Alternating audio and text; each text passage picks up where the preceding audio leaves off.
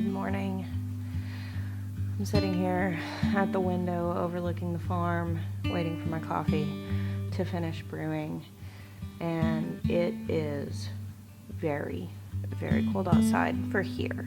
I know some of you guys are dealing with like negative 30-degree temperatures, but obviously I don't know anything about that frigid north life, but it's 20 degrees here, which is very cold for us. I'm eager to get outside this morning and make sure everything in my greenhouse is okay. I do have the heater on, and right now looking down there, I can see that the windows are fogged up, which is a really good sign that it is indeed much warmer in the greenhouse than the air surrounding the greenhouse. But I do have frost tinder things in there. I took a risk by leaving them out there, hoping that since yesterday was sunny and since it was going to be sunny early today, that there would not be enough time that much below freezing to bring the temperature in the greenhouse down. I really feel like 99% sure that it should be completely okay, but we're gonna double check, just because that 1% is just whispering this morning, your plants may be dead. While I wait for my coffee to brew, I'm gonna go ahead and start the beginning process of getting some bread dough going. This is something that I have on and off done over the course of the last several years since I really got into the idea of growing our own food and making things at home.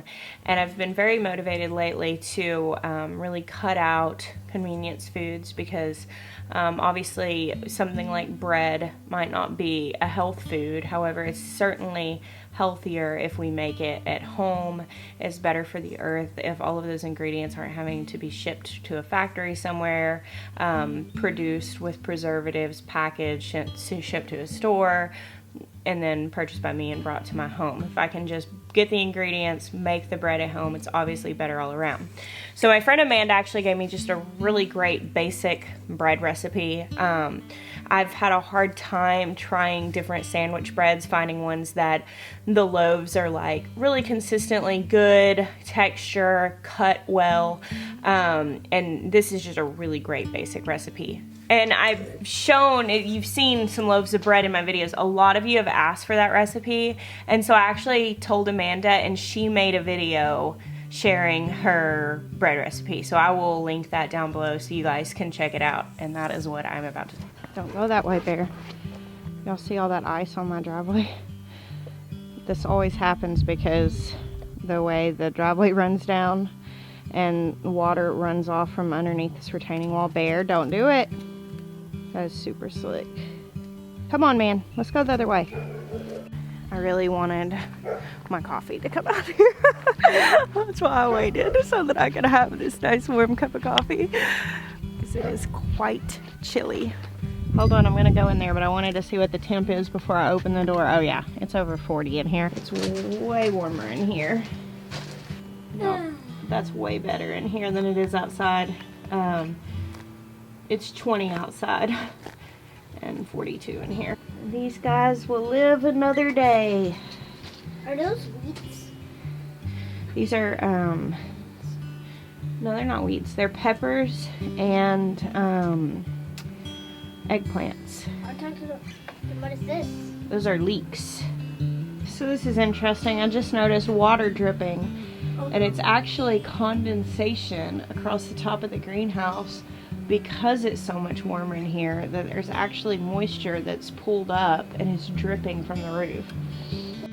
So I feel very good about the fact that my greenhouse stayed warm. However, I will tell you that had the circumstances been a little bit different, we might have had a different outcome. Now, I am by no means an expert when it comes to growing in a greenhouse. I've been doing just some home gardening efforts for the last handful of years. I've had a greenhouse now for close to 5 years. I think five seasons now I've had a greenhouse of this capacity. I mean, nothing like huge, nothing like really truly heated, and my experience has been with my other greenhouse that was plastic, that I could add with a heater, I could keep the temperature about 10 degrees above the outside temperature. And now this time, it was significantly more than that in here. However, yesterday was a really sunny day, and today started out as a very sunny day. It's very sunny outside right now, even though it is cold. That probably would have been a different outcome had it been overcast. If it had been like gray and cloudy all day yesterday, it probably would not have retained as much warmth overnight. So there are still factors like that. I've had a lot of people tell me that they've heated their greenhouses with compost, with black tubs filled with water that retain heat from the sun, and I think all of those are really great ideas. The reason why I haven't gotten into just a whole lot of that is I rarely really need it. Very rarely are we in the little window of time that I need to keep tender things alive in my greenhouse where we're actually having cold enough temperatures to be stressed about it. And I have a little space heater that I just plug in to get us through really cold nights. A couple years ago, we did have a really crazy cold snap, like in late February, and I had to move like 1,500 tomato plants in every night for like 3 nights. So that was fun, but wasn't the case last night. I took a risk and left these little guys out here, and I'm glad that they're okay. I would have felt bad if I had killed them, and I would have been sad because then I would have been behind on my peppers yet again. Oh, hopefully. I'm actually not going to lift that yet. I'm going to let it keep the warmth that it has. I have all those baby kales that are underneath here. It's cold enough that like the top layer of the mud is frozen. It hasn't been cold enough long enough for the ground to be frozen beyond the top layer. So if I like were to really jump on this, I could sink into it. But that it's frozen at all is unusual here.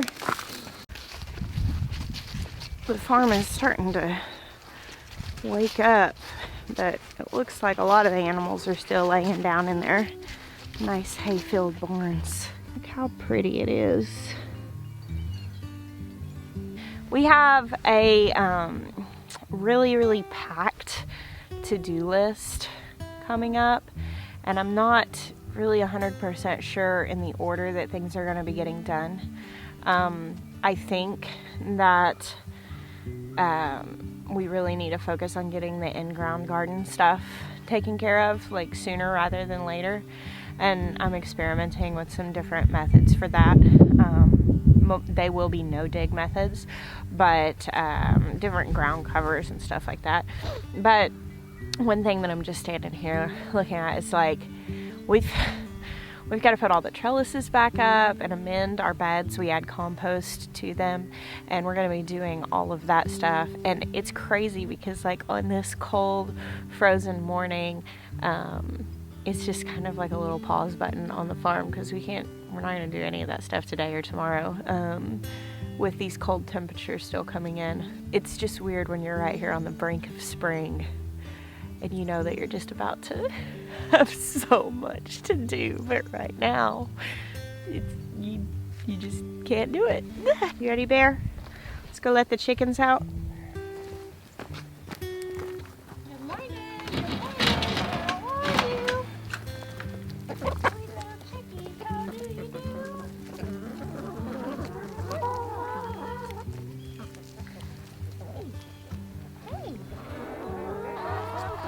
They're like, you let us out, but you didn't bring us anything to eat? This is no good. Well, I'm very glad that my seedlings were plenty warm and that all of my animals are snug as a bug in a rug with all of their straw in their barns, but I don't really want to hang out there with them. I did notice while I was walking up that all the pigs were running around in their yard, all the mangalitas, but they actually are made to handle cold weather. Of course, these are southern mangalitas. They have not dealt with a lot of really cold weather in their life, but they have no problem. They're like happy to be out there running.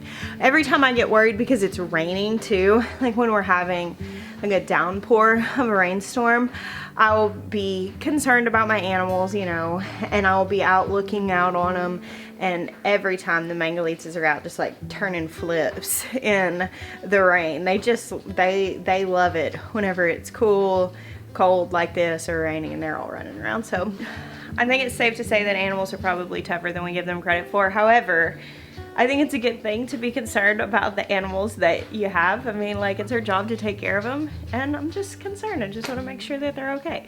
Thank you for hanging out with me today. I bless you. Until next time.